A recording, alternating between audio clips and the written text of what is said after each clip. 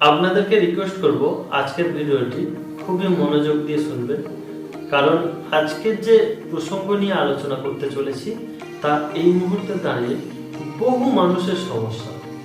তা হলো অল্পতে ঠান্ডা লেগে যাওয়া এবং ঠান্ডা লেগে যাওয়ার পর কাশি, সর্দি, এই ধরনের সমস্যা। এই ধরনের সমস্যা থেকে মুক্তি পাওয়ার জন্য আজকের আপনাদেরকে তিনটি খুবই সহজ টেকনিক শেখাবো। যে তিনটি টেকনিক আপনারা যদি ঠিকঠাকভাবে অ্যাপ্লাই করতে পারেন তাহলে দেখবেন একদিনের মধ্যে আপনার ঠান্ডা লেগে যাওয়ার প্রবণতা, কাশি, এই ধরনের সমস্যা থেকে খুব সহজে রিলিফ পেয়ে যাচ্ছেন। অবশ্যই ভিডিওটি শেষ পর্যন্ত দেখার চেষ্টা করবেন। এই যে অল্পতে ঠান্ডা লেগে যাওয়ার সমস্যা এবং তারপর কাশি, সর্দি হচ্ছে, তাহলে এর জন্য কিন্তু আমাদের একমাত্র দায়ী ঠান্ডা লেগে যাওয়া, অল্পতে ঠান্ডা লেগে যাওয়া। তাহলে আমরা যদি এই যে অল্পতে ঠান্ডা লাগার প্রবণতা এটাকে আটকাতে পারি তাহলে কিন্তু আমাদের কাশি, সর্দি হবে না। তাহলে আমাদের প্রথম কাজ কি হবে? এই যে অল্পতে ঠান্ডা লেগে যাওয়ার প্রবণতা এটাকে আটকাতে হবে। আপনারা হয়তো ডিপ ব্রিথিং এক্সারসাইজের কথা শুনেছেন। এই ডিপ ব্রিথিং এক্সারসাইজ একটি নাম, বাট একে বিভিন্নভাবে প্রয়োগ করা যায় বিভিন্ন রোগের ক্ষেত্রে। অর্থাৎ আমি যেটা বলছি, ধরুন আপনার শ্বাস প্রশ্বাসের সমস্যা, ধরুন আপনার ফুসফুসের সমস্যা, ধরুন আপনার রোগ প্রতিরোধ ক্ষমতা বাড়ানোর জন্য এই কিন্তু ডিপ ব্রিথিং এক্সারসাইজ ব্যবহার করা হয়। আবার এই যে ঠান্ডা লেগে যাওয়ার প্রবণতা, এখানেও কিন্তু ডিপ ব্রিথিং এক্সারসাইজ ব্যবহারের কথা বলা হয়। বাট প্রত্যেকটা রোগের ক্ষেত্রে আলাদা আলাদা ভাবে একে প্রয়োগ করা হয়। আজকে যে তিনটি টেকনিক আপনাদের সঙ্গে শেয়ার করব, এই টেকনিককে বা এই এক্সারসাইজকেও কিন্তু ডিপ ব্রিথিং এক্সারসাইজ বলা হয়। বাট এই ডিপ ব্রিথিং এক্সারসাইজকে তিনটি ভাগে ভাগ করা হয়েছে। এই তিনটি ভাগ আপনাদেরকে শেখাবো খুবই সহজ এবং সিম্পল।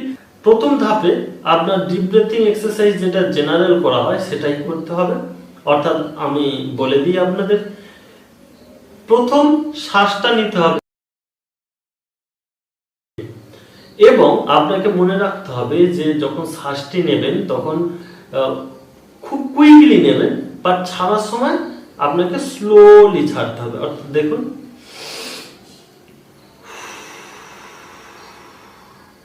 অর্থাৎ আমি কিন্তু শ্বাসটি নিলাম খুব কুইকলি, বাট ছাড়বো স্লোলি। দেখুন,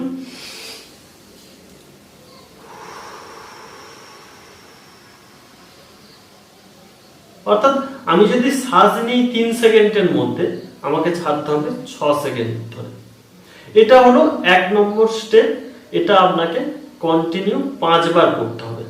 করার পর আমাদের সেকেন্ড ধাপে চলে যেতে হবে। সেকেন্ড ধাপটা আপনাকে শ্বাস নিতে হবে এবং 3 সেকেন্ড ধরে রাখতে হবে, তারপর ছাড়তে হবে। এক্ষেত্রেও একই নিয়ম, ছাড়ার সময় আপনাকে স্লোলি ছাড়তে হবে। অর্থাৎ এখানে একটা বিষয় শুধু মনে রাখতে হবে, শ্বাস নেবেন, 3 সেকেন্ড ধরে রাখবেন, তারপর স্লোলি ছেড়ে দেবেন। অর্থাৎ আপনি শ্বাস নেওয়ার পর তারপর 3 সেকেন্ড কাউন্ট করতে হবে। দেখুন,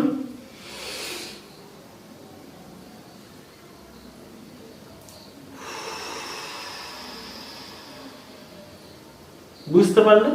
এটা হচ্ছে সেকেন্ড ধাপ। এটাও আপনাকে 5 বার করতে হবে। আমি আবারও দেখিয়ে দিই।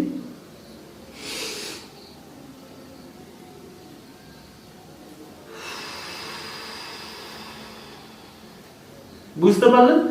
এটা কিন্তু আপনাকে সেকেন্ড ধাপ। এবং 3 নম্বর ধাপ যেটা আপনাকে করতে হবে সেটা হলো যে আপনাকে শ্বাস নিতে হবে, তারপর কাশির মতো ছেড়ে দিতে হবে। দেখুন,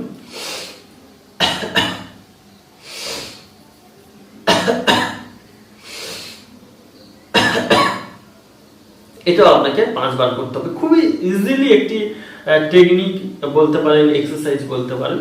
এটি আপনাকে 5-5-5-15 বার করতে হবে। করলে কিন্তু আপনার এই এক্সারসাইজটি শেষ হয়ে যাবে। বাট এক্ষেত্রে আপনাকে মনে রাখতে হবে একটা বিষয়, যদি আপনার ঠান্ডা অলরেডি লেগে থাকে, অর্থাৎ এই মুহূর্তে আমি যে সময় আপনাদের ভিডিওটি দেখাচ্ছি এই মুহূর্তে দাঁড়িয়ে যদি আপনার অলরেডি ঠান্ডা লেগে থাকে, তাহলে আপনাকে এই টেকনিকটা 1 ঘন্টা ছাড়া ছাড়া করতে হবে। 1 ঘন্টা ছাড়া ছাড়া করলে আপনার যে কাশির সমস্যা বা সর্দি কাশির যাই হোক না কেন, আপনার একদিনের মধ্যেই ভালো হয়ে যাবে। জাস্ট শুধু আপনাকে 1 ঘন্টা ছাড়া ছাড়া এই এক্সারসাইজটি আপনাকে করতে হবে।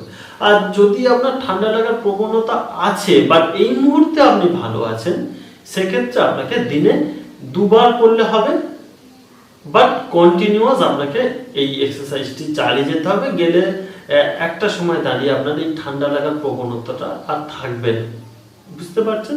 আজকে টেকনিকটা দেখালাম, এই 3টি টেকনিক আপনি যদি প্রতিদিন প্র্যাকটিস করতে থাকেন, তাহলে এই যে ঠান্ডা লাগার প্রবণতাটা, অল্পতেই যদি আপনার ঠান্ডা লেগে যায়, এই ধরনের সমস্যা থেকে আপনি রিলিফ পেতে পারবেন। ঠান্ডা লাগার সমস্যা থাকলে আমরা দেখেছি যে সারাদিন ভালো আছেন, বাট যখন জল আনতে গেলেন সেই জলে হাত লেগেই কাশি হচ্ছে, অর্থাৎ আপনার এতেই ঠান্ডা লেগে গেছে।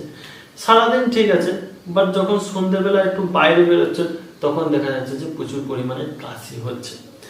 সেক্ষেত্রে এই ধরনের এক্সারসাইজগুলো যদি আমরা প্রতিদিন প্র্যাকটিস করতে পারি, তাহলে কিন্তু আমরা এই যে অল্পতে ঠান্ডা লেগে যাওয়ার সমস্যাগুলো থেকে খুব সহজে সমাধান পেতে পারি। তো আপনাদেরকে রিকোয়েস্ট করব যে এই এক্সারসাইজগুলো ট্রাই করুন, ভালো থাকুন, সুস্থ থাকুন। আপনাদের সুস্থ থাকার জন্য, আপনাদেরকে ভালো রাখার জন্যই আমাদের এই প্রচেষ্টা।